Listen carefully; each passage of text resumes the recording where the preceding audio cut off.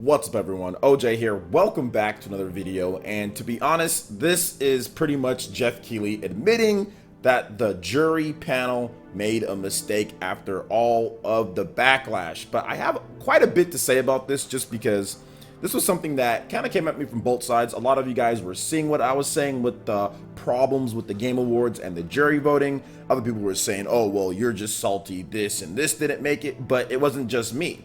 I think Jeff realized after all the complaining, after everybody saying something, that there is a problem, there is a fundamental problem with the Game Awards and how things are voted and everything. There really is. And that's the reason why we have this video right now. That's the reason why Jeff has put in this new player voting. But let's go ahead and get into what he has to say here. Then we'll look at some of the day one results, because as of the time that I'm recording, the first day is over. So here's what Jeff had to say on Twitter. First, we're doing something new. Player's Choice, a category where you guys can select the winner 100%.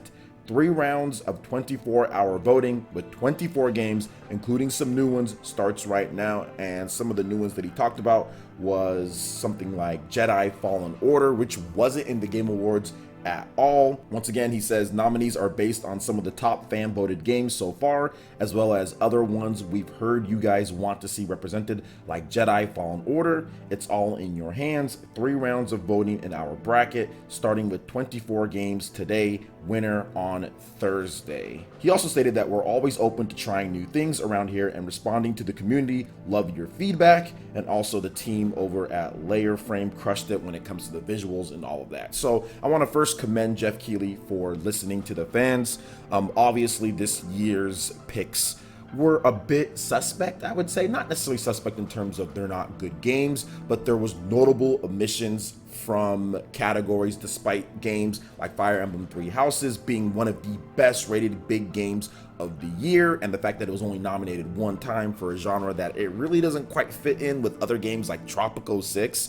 That was pitiful, and that shows me that the people that are voting on the jury aren't playing Fire Emblem Three Houses. Otherwise, it would have been voted on more, because the game crushed it when it comes to critical review from multiple different websites, 89 average. So the fact that that game was only nominated once shows me that they're not playing the game. Stuff like Jump Force being nominated shows me that they're not playing games. They're just sitting there, they're looking at Goku and Vegeta in a game and saying, oh, well, let's just pick that because I don't really play Smash Brothers and all that type of stuff. And the fact that like Smash not nominated for multiplayer, but it's in Game of the Year. I mean, there's just a lot of problems with what the jury voting is, because they just kind of hand ballots to people that work at certain places, right? Not necessarily people who are playing a bunch of different games, and these people aren't researching what's going on. They're not looking at Metacritic. They're not looking at the critical reception. They're just kind of voting based on whatever. And oh, well, I played Death Stranding, so yeah, that game's good. I played Control. Okay, let me just vote for those 2 games the most times while ignoring other things. That's pretty apparent. That's what's going on here. So I think that for next year, there definitely needs to be some changes to the process and getting people in that actually know what's going on. They know the pulse of what games are good and everything like that. So you don't have this to where you have to pretty much last second, right, add in a whole brand new thing responding to so much feedback, because this has never happened before. This has never happened in the history of the Game Awards, as they said, okay, here is a player's choice type of thing to where we 100% pick something. And that's because of all the backlash that they were receiving because of a lot of games just getting screwed out of nominations and stuff. And obviously Fire Emblem Three Houses was one of the big ones. But let's take a look at what's going on with this here, man. I want to talk about that because I think it's fairly interesting to see what games are kind of rising up. So they do have day 1 and day 2 already up. So let's go ahead and start off with day 1, and we'll get some of the percentage results, and then we'll move into day 2. So day 1, here were the results. At the top was Super Smash Bros. Ultimate with 13% of the vote, Fire Emblem Three Houses with 11% of the vote, Death Stranding with 8% of the vote, Resident Evil 2 with 8% of the vote, Devil May Cry 5 with 7% of the vote, Star Wars Jedi Fallen Order with 6% of the vote, Sekiro Shadows Die Twice with 6% of the vote, Astral Chain with 6% of the vote, and then there's a bunch of other games that were below the 6 percentile range. Now in day 2, what they seemed to do was take any game that was 6% and up, which I kind of figured that they would do 6% and up. They'll take any of those games and they'll put it into the day 2. So currently, right now, as of the time that I'm recording this video, the top game is Super Smash Bros. Ultimate with 22%.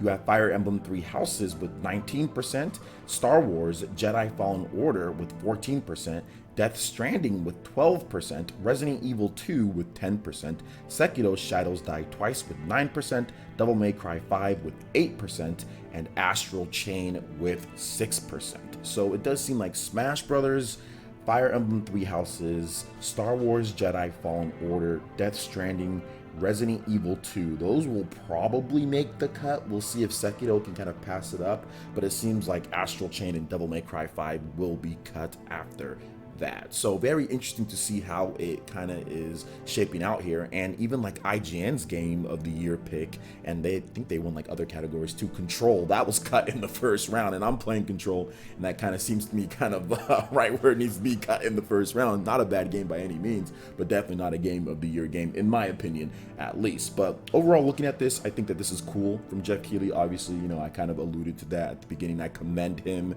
for listening to the fans. I commend him for at least trying something different. But once again, I think that this should be a learning moment for Mr. Keighley, because there's no need for him to get so much like stuff that he was getting. Obviously, I was giving him a lot of pressure on things because I feel that the Game Awards, in terms of the platform that he has, what he's built up, he's trying to build this up as a participation for everybody, a participation for gamers out there. This is a celebration of what the best in the industry is. He's getting everybody. So you want to have a legitimate show. Now, does it matter in terms of like your daily life and this is like the be all end all for the votes? No, it's not. But you do want to see games that deserve to get recognition, get that recognition if you have anything invested at all in video games. Whether it's emotionally or just playing, whatever the case is, you want to see games get recognized the way that they should be recognized. And Fire Emblem obviously isn't getting recognized the way that it should. I think Smash Brothers only having 3 nominations, that's not getting recognized as much as it should considering how good the game is. Star Wars Jedi Fallen Order, that game wasn't getting recognized at all. The fact that it's 13% here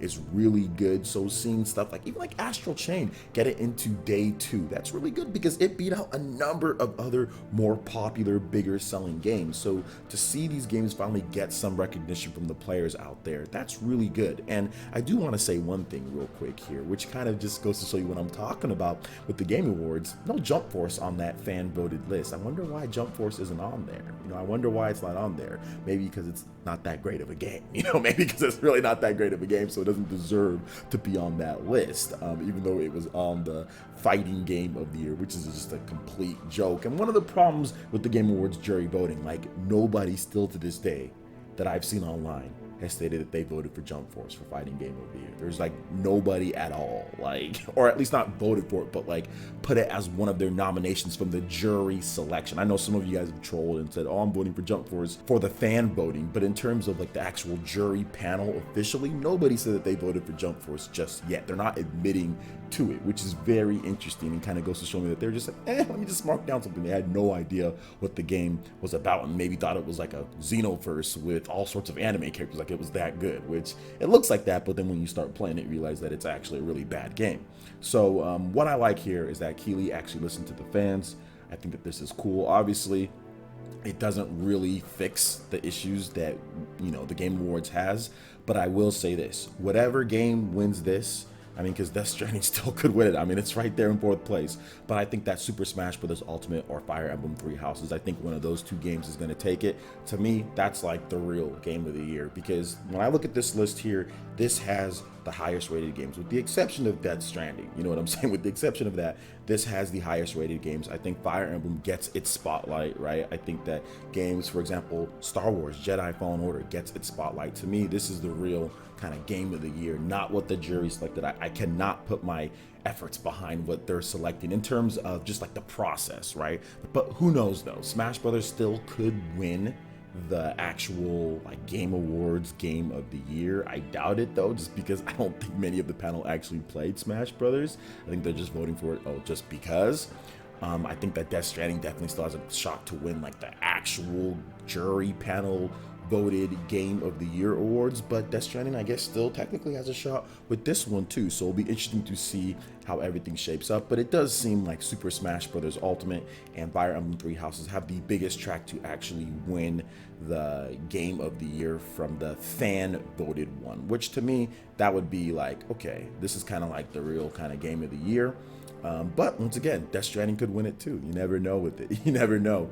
But at the same time, it's award shows. This is just celebrating the industry. It's not like it's like the be-all, end-all, like I stated before. But it is cool to see games that deserve to get recognition, or more recognition, like Astral Chain, Devil May Cry 5, Resident Evil 2, Jedi, like Fire Emblem, Smash Brothers. It's cool to see these games get the recognition that I think that they deserve, but I don't think Keighley's putting too much into this one here. I think he's really just doing it as a reaction to all of it. I don't think he's doing it because he feels like it needs to be done. It's more of a reaction to all of the problems that he has basically, you know, in terms of like the Game Awards and the voting and everything. I think it's just a reaction to that. I'm not even sure if this is even going to be like in the show, like in terms of like the fan voted ones. Is it going to be a big deal? I mean, they're not going to do it like they do for like Game of the Year, where that's like a huge deal. So we'll see how everything shakes out when it comes to the winner and day 3 and everything. And of course, if you guys want to vote, you can always vote. There's still time left. There's today, and then there's also tomorrow as well, depending on when you're watching this. So what do you guys think about this? Like, do you guys feel that this should be a thing that happens normally each year? Do you feel that Keighley did a good job with adjusting in terms of the feedback? I know I think he did. So once again, shout outs to Keighley. I would love to hear you guys' thoughts in the comment section below. All right, guys, that wraps it up for this video here. Go to check out the links in the description below. We got Facebook and Twitter. Go ahead and give us a like and a follow on our social media. Hit that like button if you like this video. Let us know you guys want more content like this going forward in the future. And subscribe to PlayerEssence for this RPG, Japanese, and Nintendo gaming news. Thank you so much for watching, and we'll catch you guys for the next one. Peace.